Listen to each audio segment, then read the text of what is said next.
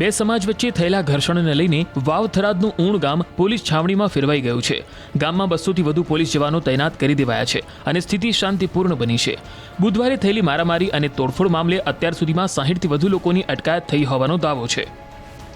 પથ્થરમાર છો મારા ઘર ઉપર ગામમાં નિહડામાં તો અમે ડોસીનો ઘરે હતા અમે મોઢ બારીને હેર્યા અને માતા આવી ગયા એટલે આ બધું અમને ખૂબ પેલું કરી નાખ્યું એટલે તમારે ખૂબ આમાં આભાર જ માગવાનું છે ભયા। હા સાહેબુ અમને પથ્થરમાર કર્યો એટલે અમારે થોડોક વાગ્યું એટલે અમને અમારા નેમાં ફોડી નાખ્યા અને આ બધું કર્યું। અમને કોઈ જાણ નથી અમે સંત્યા નથી અમે સોનામાં અમારા ઘરે બેઠા તો અને આ ચેડીથી પથ્થર મારા ચાલુ છે। ગાડીઓને નુકસાન પહોંચ્યું છે, તેઓના ગાડીઓના કાચ તોડી નાખવામાં આવ્યા છે।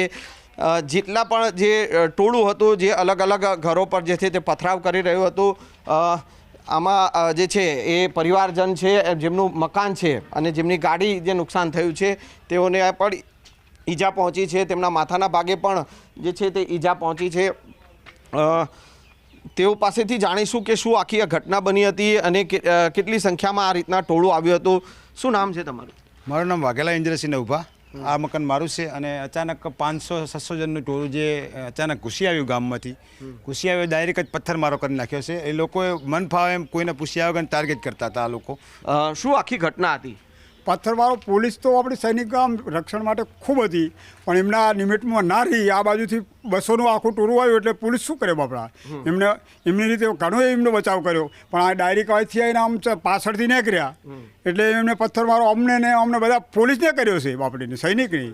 હા, પોલીસને પણ ઈજા પહોંચી છે? પોલીસને આ ઈજા પહોંચી જ છે ને બાપડાને। કેમ તમારે શું નુકસાન થયું છે? અમારે મારા દીકરાને પથ્થર આવી વાગ્યા, હાથે વાગ્યો, માથા વાગ્યો, મારે એક આવ્યો તો પણ આ રૂમાલ હતો એટલે ને આ ગાડીનું નુકસાન।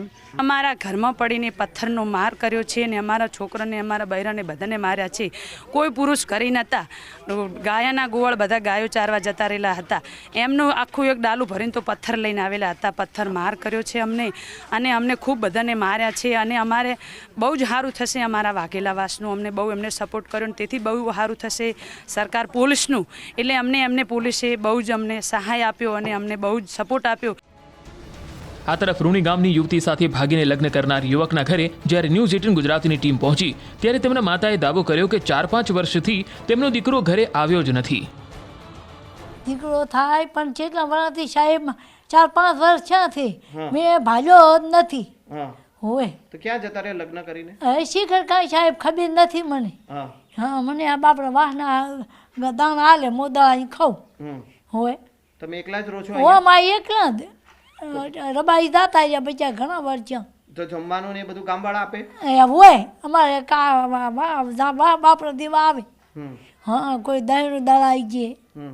હોય તો મહાદેવ ભાઈએ 3 વર્ષ પહેલા લગ્ન કર્યા હતા? હવે શીખર કાંઈ ખબર નથી। તો તમારે કેટલા દીકરા છે? અહીં એક જ છે? દાદા નથી? ના, ઓફ થઈ ગયા છે હજાર તો। ઓકે, એ ઘણા વર્ષથી આ બાપડો વાહ વધારે હાલે। તો કાલે પેલા ટોળું આવ્યું તો તમારા ઘરે બી પથ્થર મારો કર્યો તો? અમારા ઘરે પથ્થર માર્યા છે પણ હું તો ડીપી વધી ગઈ હતી ત્યાં પડી હતી, કોઈ ભાન નથી મને। ઓકે, મને ખબર નથી। હા, પથ્થર માર્યા બધાને આખા અહીંયા તમારા ઘરે બી આવ્યું હતું? ના, આઈને આ શેરીએ દોડતા હતા। ઓકે, હા, પણ હું આઈને હતી ડીપી વધી ગઈ ને તાવ આવ્યો હતો પછી વાવટાને પછી મને દવાખાને ઉપાડીને લઈ ગયા। ઓકે, અમારા વાહના આ મહાદેવભાઈ આયા જ નથી? ના સાહેબ, નથી આવ્યા, નથી આવ્યા સાહેબ। ઓકે, હું જૂઠું ના બોલું આટલી ઉંમરની। સમગ્ર કેસમાં પુરાવા એકત્ર કરવા માટે એફએસએલની ટીમ પણ ગામમાં પહોંચી અને કામગીરી શરૂ કરી। આ તરફ ઘટના બાદ પોલીસ અને આગેવાનો વચ્ચે બેઠક યોજાઈ જ્યાં બંને સમાજના લોકોની રજૂઆતો સાંભળ્યા બાદ પોલીસે લોકોને શાંતિ જાળવવા અપીલ કરી। શાંતિ સમિતિની તમામ સમાજના લોકો સાથે બેઠક કરવામાં આવી છે, તમામના રજૂઆતો સાંભળવામાં આવી છે અને તકેદારીના ભાગરૂપે ગામમાં જરૂરી બંદોબસ્ત પણ જાળવવામાં આવે છે। હાલ બિલકુલ શાંતિ છે।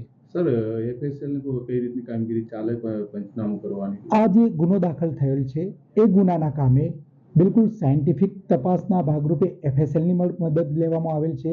જરૂરી પંચનામા, વિડીયોગ્રાફી ફોટોગ્રાફી સાથે કરવામાં આવેલ છે અને કાયદાની જોગવાઈઓ મુજબ તટસ્થ, નિષ્પક્ષ અને કડક રીતે કાર્યવાહી કરવામાં આવશે. આ કેસમાં પોલીસે મોટી કાર્યવાહી કરતા 15 જેટલા આરોપીઓ સામે નામજોગ ફરિયાદ નોંધી છે, જ્યાં 800 થી 1000ના ટોળા સામે પણ ફરિયાદ નોંધાઈ છે. ઘર્ષણ દરમિયાન 35 જેટલા વાહનોના કાચ તોડી નાખ્યાનો ખુલાસો થયો છે.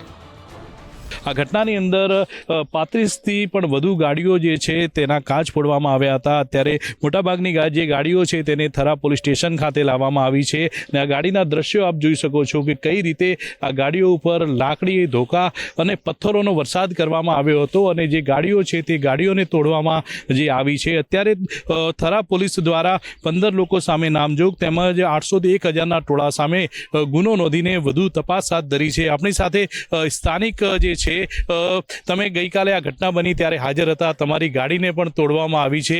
કેટલી ગાડીઓને નુકસાન થયું હતું અને સમગ્ર ઘટનાની શરૂઆત કેટલા વાગે અને કઈ રીતે થઈ હતી?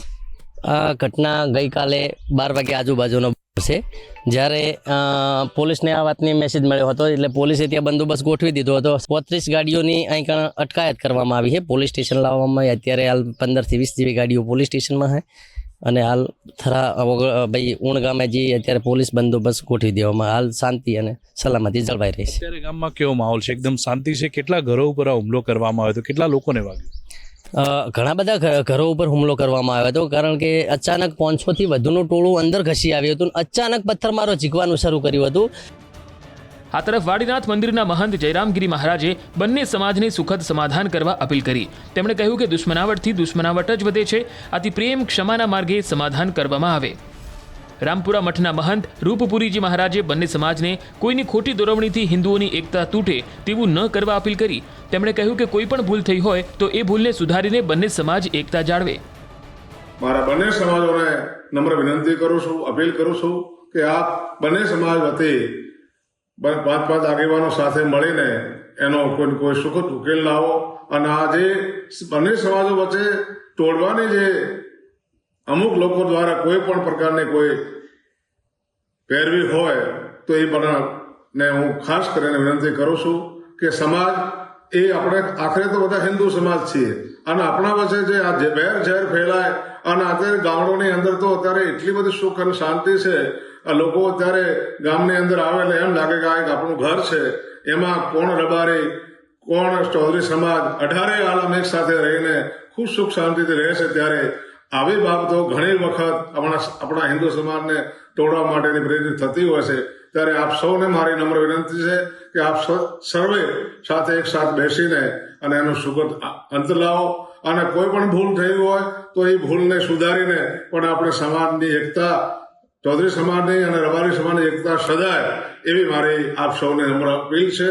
કારણ કે અત્યારે આ સમયની અંદર આવી બાબતોને જો આપણે ઉશ્કેરીશું અને ઉશ્કેરણીજનક ભાષણોથી જો આપણે કંઈ કરવા જશું તો સમાજ તૂટશે અને એ વેર આખી જિંદગી રહેશે. માટે આપ સૌને ગામડાઓ ના તૂટે, ગામડાઓની એકતા ના તૂટે અને આપ સૌ સાથે મળીને એક જીવ, એક તન, એક બંધ ધરતી રહીને અને આપણે આ સુખદ અંત આવે એવી આપ સૌને હું નમ્ર વિનંતી કરું છું.